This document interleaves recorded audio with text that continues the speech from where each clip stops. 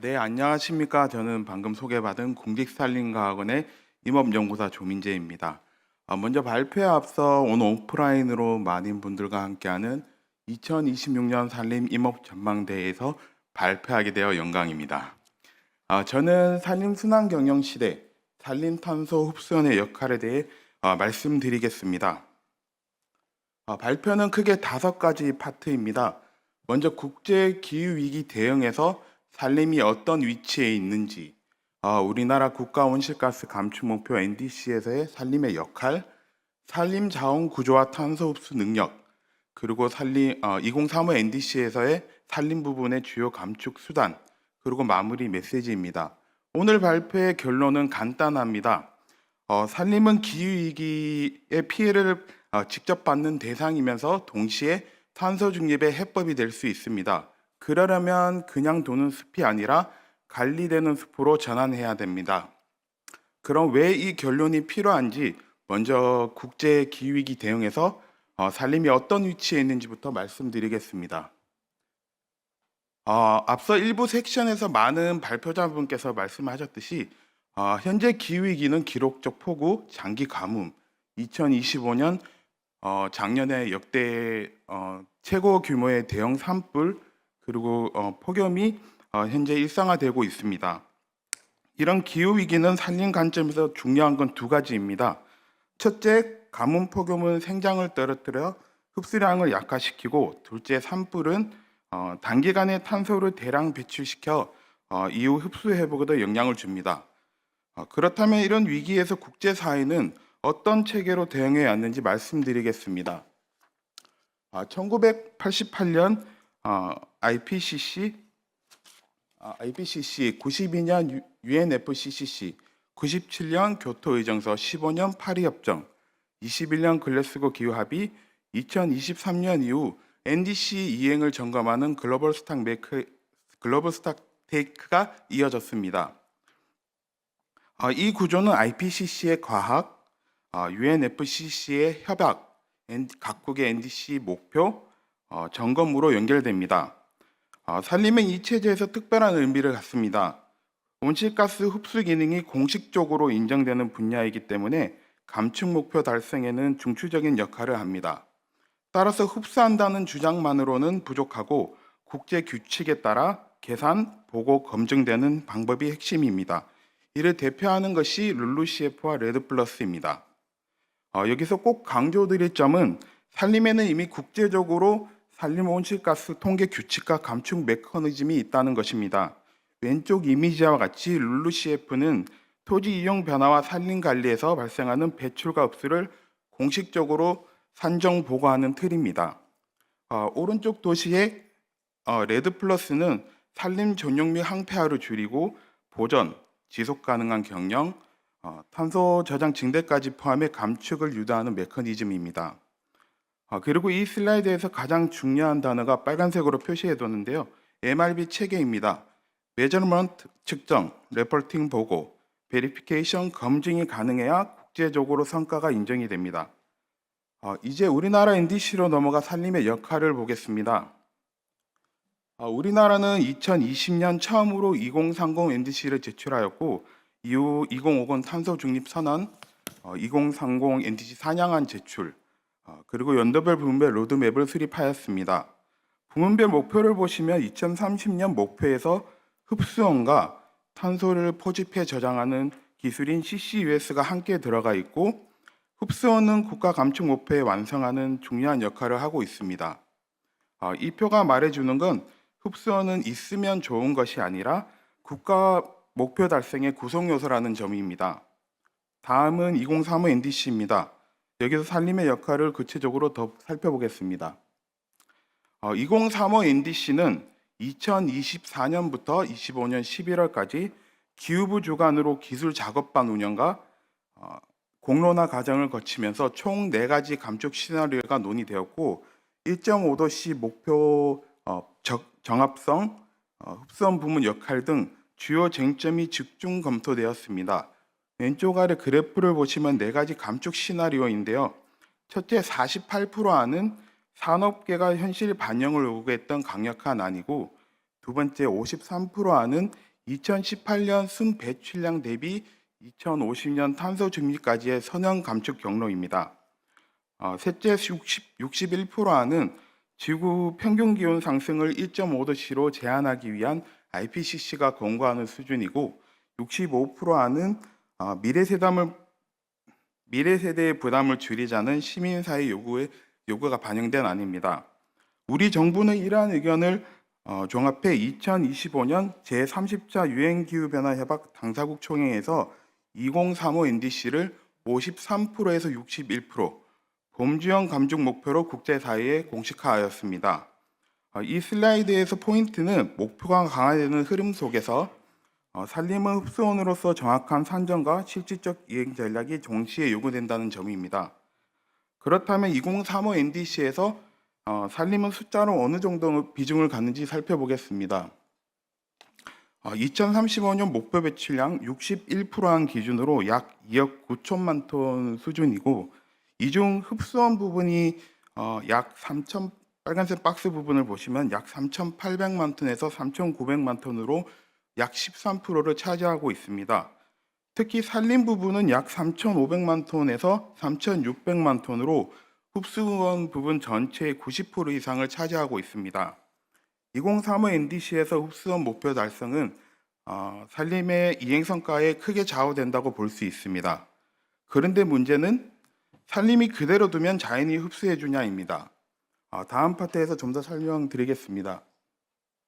세 번째로 산림 자원 구조와 탄소 흡수 능력입니다. 우리 산림은 강복 이후 70에서 80년대 사이 대규모 조림과 사방 사업을 통해 지금의 숲으로 빠르게 회복했습니다.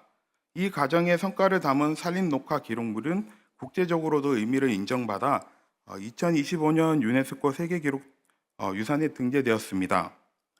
다만 오른쪽 막대 그래프를 보시면 조림이 특정 시기에 집중되면서 연꽃 구조가 한쪽으로 쏠린 특징이 나타납니다. 빨간색 박스를 보시면 특히 4에서 5년급 30일에서 50년생 나무의 구조가 매우 큰 구조입니다. 이런 구조는 시간이 지나면서 인분이 성숙 단계로 이동해 순생장 둔화로 이어질 수 있는 여건이 됩니다. 다음 슬라이드에서는 축적은 증가해도 연간 흡수는 줄어들 수 있다는 점을 두 개의 그래프로 보여드리겠습니다. 현재 왼쪽 그래프를 보시면 여기는 인목 축적이 장기적으로 증가하는 모습을 보여주고 있습니다. 그런데 오른쪽 이산화탄소 순흡수량은 감소 추세가 나타납니다.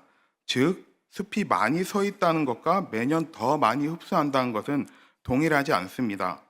연꽃 구조가 성숙 단계로 이동하면서 연간 순흡수의 증가세가 둔화될 수 있고, 이게 NDC 관점에서 중요한 리스크가 됩니다. 여기에 면적 변화와 교란이 더해지면 흡수 능력은 더 약화됩니다. 왼쪽 면적 변화 그래프를 보시면 다양한 개발 요인 등으로 산림은 연간 6,400헥타 규모로 타 용도로 전용되고 있으며, 이는 장기적으로 흡수 기반을 약화시킵니다. 오른쪽 사진들은 병해충 피해 확대, 대형 산불 위험 증가는 산림의 탄소 배출을 키우고 흡수력을 낮춥니다. 특히 산불은 사건 그 자체뿐만 아니라 이후 복원과 이용 방식에 따라 장기 탄소 수치까지 달라질 수 있습니다. 결국 결론은 하나입니다. 그냥 두면 흡수한다는 가정이 점점 성립이 어려워지고 있습니다. 다음 파트에서는 산림 부분 세 가지 감축 수단으로 정리해 보겠습니다. 산림 부분의 주요 감축 수단은 크게 세 가지입니다. 첫째, 산림 순환 경영 활동과 재예방 활동으로 기존의 산림의 탄소 흡수 영역을 강화하고, 둘째, 수확된 목재를 이용하여 이용 확대로 저장 대체 효과를 키우며, 셋째, 신규 조림과 도시숲 조성 등으로 신규 탄소 흡수원을 확충하는 것입니다. 이 세 가지 감축 수단이 합쳐져 산림 탄소 흡수량을 증진시키는 구조입니다. 먼저 첫 번째 감축 수단이 산림 순환 경영에 대해 말씀드리겠습니다. 산림 순환 경영은 조림, 육림, 수확, 이용, 재조림을 하나의 순환 체계로 보고 전 과정에서 탄소 효과를 최적화하는 전략입니다. 조림 단계에서는 기후 적응성과 흡수 잠재력을 기준으로 수종, 밀도 등을 설계하는 것이고 육림 단계에서는 적정 속가배기, 가지치기, 병해충 관리로 생장 환경을 개선해 숲의 생장 조건을 만드는 단계입니다. 수학 단계에서는 단순히 베는 것이 아니라 연간 흡수량 변화, 목재 수요, 재위험까지 함께 고려해 언제 갱신하고 어떻게 조절해야 할지 설계하는 과정입니다. 이용 단계에서는 수확된 목재를 가능한 한 장수면 목재 제품으로 우선 활용해 탄소 저장과 대체 효과를 키우는 것이고, 재조림 단계에서는 다음 세대 숲의 조건 변화까지 고려해 흡수 잠재력을 높이는 것입니다. 결국 핵심은 어떻게 심고, 어떻게 기르고, 어떻게 베고, 어떻게 쓸 것인가에 대한 종합적 결정 전략입니다. 두 번째는 목재 이용 단계에서의 탄소 저장으로 넘어가겠습니다. 수확된 나무를 건축, 가구, 내장재와 같은 목재 제품으로 이용하면 제품이 사용되는 기간 동안 탄소가 제품 안에 저장하게 됩니다. IPCC 가이드라인은 제품별 반감기를 이용해 목재 제품에 저장되는 탄소가 시간이 지나감에 따라 어떻게 감소하는지 산정하고 보고하도록 되어 있습니다. 이런 제도적 기술적 기반을 바탕으로 해외에서도 목조 건축을 산림 부분 탄소 중립의 핵심 수단으로 보고 관련 법 제도와 인센티브를 마련하여 대규모 목조 건축이 확산되는 흐름입니다. 결국 목재 이용은 저장과 대체 효과를 동시에 만드는 산림 부분 감축 수단입니다. 국내에서도 같은 흐름이 필요합니다. 아래 사진을 보시면 산림복지진흥원 그리고 국립산림과학원 산림생명자원부 종합연구동 등 국내에서도 국산 목재를 활용한 공공건축 사례가 축적되고 있습니다. 이 단계에서 중요한 건 단순 시범을 넘어 공공건축에서 국산 목재 이용 확대, 그리고 인증된 장수명 용도 사용 지원과 같은 제도 기반 마련이 필요하다는 것입니다. 더불어 목재 이용의 감축 효과를 더 키우는 방법은 단계적 이용입니다. 이 도식은 목재의 캐스케이딩, 즉 단계적 이용을 보여주고 있습니다. 가능한 한 먼저 장수명 제품으로 활용하고 이후 재사용, 재이용을 거쳐 마지막에 에너지로 쓰면 저장 기간이 길어지고 대체 효과도 누적이 됩니다. 즉 핵심은 처음부터 태우지 않는 것입니다. 이 논리를 산불 피해목에 적용하면 좀 더 메시지가 더 분명해집니다. 산불 피해목은 화재 이후 고사 세약으로 생장이 떨어지면서 탄소 흡수 능력이 약화됩니다. 또한 피해목을 현장에 방치하면 시간이 지나면서 부패 과정에서 온실가스가 지속적으로 배출될 수 있고, 반대로 즉시 연소로 연소하면 짧은 기간에 탄소가 대기로 집중 방출하게 됩니다. 그래서 이 슬라이드가 제시하는 방향은 피해목을 조기에 수확해 목재 제품 목조 건축으로 연결하고 가능한 한 장기 저장을 확보하는 것입니다. 예로 경북 울진 산불 피해목을 국립산림과학원 국가산림위성정보활용센터 건축에 활용한 사례처럼 피해목도 자원으로 전환의 저장과 활용으로 연결하는 체계가 중요합니다.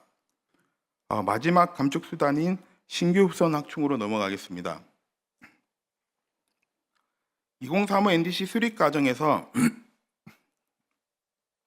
처음에는 국민 1인당 1그루, 즉 연간 약 5천만 그루의 식재가 도전적 목표로 논의가 되었고, 최종적으로는 2그루, 약 1억 그루, 연간 약 1억 그루로 확대하는 혁신적 목표가 설정되었습니다. 이 정도 규모가 되면 심자 말하는 구호로는 안 되고 부지와 공급 인프라를 함께 갖춰야 신규 흡선이 가능합니다. 연간 1억 그루 수준은 왼쪽 지도를 보시면 부지로 환산하면 서울 면적의 약 2분의 1에 해당할 정도로 규모가 큽니다. 즉 산림청 단독 추진만으로는 한계가 있고 범정부 협조와 국가적 지원이 없이는 불가능하다는 점을 강조드립니다. 또한 공급 측면에서도 격차가 있습니다. 산림청 묘목 생산 실태조사 기준 2024년 묘목 생산 실적은 약 4,700만 그루로 약 목표인 1억 구와는 차이가 크게 나타나고 있습니다. 따라서 목표를 실현하려면 스마트 약물 생산 시스템과 같은 생산 공급 인프라 확충하는 접근이 함께 모색되어야 합니다. 그렇다면 부지는 어디서 확보할지 다음 사례로 살펴보겠습니다. 다시 한번 말씀드리면 신규 식재 확대는 무엇보다 국가적 지원과 부처 간 협조가 필수입니다. 농식품부의 유농지, 기후부의 수변림, 하천변 유유지, 국토부의 도시십 도시 유유토지, 그리고 국방부 지자체 유유토지를 체계적으로 발굴해 연계해야 합니다. 이 과정에서 실무적으로 정보 공유, 규제 개선, 토지 이용 계획의 연계가 핵심입니다. 그리고 같은 만큼 중요한 것이 무엇을 심을지, 즉 수종 선택과 식재 설계입니다. 신규 식재는 많이 심는 것이 아니라 목적과 입지에 맞게 수종, 혼요, 밀도를 설계해야 탄소 흡수뿐만 아니라 그늘, 열섬 완화, 미세먼지 저감 등과 같은 효과를 실제 함께 나타납니다. 다음은 심는 것 자체보다 더 중요한 공급과 초기 관리 단계입니다. 연간 1억 그루 수준의 식재를 전제로 하면 대규모 모목 생산의 공급 역량을 키워야 합니다. 스마트 온실, 자동화, 품질 관리 같은 기술이 들어가야 하고 안정적으로 필요한 시기에 필요한 묘목을 공급할 수 있어야 합니다. 그리고 오른쪽 아래 사진과 같이 식재 흡수 성과를 가로지는 건 심는 순간이 아니라 식재 후 3에서 5년 초기 관리입니다. 제초, 보식과 같은 표준화된 관리가 없으면 생존율이 떨어지게 되고 결국 목표 성과가 흔들릴 수 있습니다. 마지막으로 이렇게 조성한 신규 흡수원이 NDC 실적으로 인정되려면 식재 면적과 생장 성과를 일관되게 확인할 수 있는 검증 가능한 MRB 체계가 필요합니다. 이 그림은 MRB 체계를 단기, 중기, 장기로 구분하여 보여줍니다. 단기에는 현장 조사를 체계화하고 산정 방법을 개발해 기초 모니터링을 구축하는 것이고, 중기에는 범부처 데이터 통합과 성과를 분석해 현장에서 함께 쓰는 공동 활용 체계를 만드는 것입니다. 장기적으로는 연도별 성과를 시계열로 축적해 통합 MRV를 안정적으로 운영하는 단계로 고도화하는 것입니다. 이 체계가 있어야 어디에 얼마나 조성이 되었는지, 실제로 얼마나 흡수했는지 일가된 기준으로 확인을 할 수 있고 NDC 실적으로 투명하게 증명할 수 있습니다. 이제 마무리 메시지로 정리하겠습니다. 정리하면 먼저 연급 불균형과 산림 전용, 교란 확대가 커지면서 그냥 두면 흡수한다는 가정의 불확실성이 증가하고 있습니다. 따라서 2035 NDC 달성을 위한 산림 부분 수단은 세 가지로 구분됩니다. 첫째, 산림 순환 경영 및 구조 개선을 통해 기존의 산림의 탄소 흡수 영역을 강화하고, 둘째, 목조 건축, 단계적 이용, 피해목 활용 등 목재 제품 이용을 확대해 탄소 저장과 대체 효과를 키우며, 마지막으로 신규 나무 식재 확대로 신규 탄소 흡수원을 확충하는 것입니다. 여기서 핵심은 숲의 면적이 아니라 숲의 구조를 어떻게 경영, 이용, 복원하느냐가 핵심입니다. 이를 가능하게 하는 기반이 과학적이고 투명한 MRB 체계와 통합 데이터 인프라, 그리고 현장 조사와 연구 탐사의 연계입니다. 마지막으로 사회적 합의와 국민 참여가 뒷받침될 때 산림 순환 경영은 탄소, 재해, 경제를 함께 관리하는 통합 전략으로 작동합니다. 따라서 결론은 앞서 처음에 말씀드린 것과 같이 산림은 기후변화 대상의 피해 대상이자 탄소 증입의 해결책이고, 산림 순환 경영의 구체화와 이행 가속화가 중요하다는 것을 말씀드리며 발표를 마무리하겠습니다. 경청해 주셔서 감사합니다.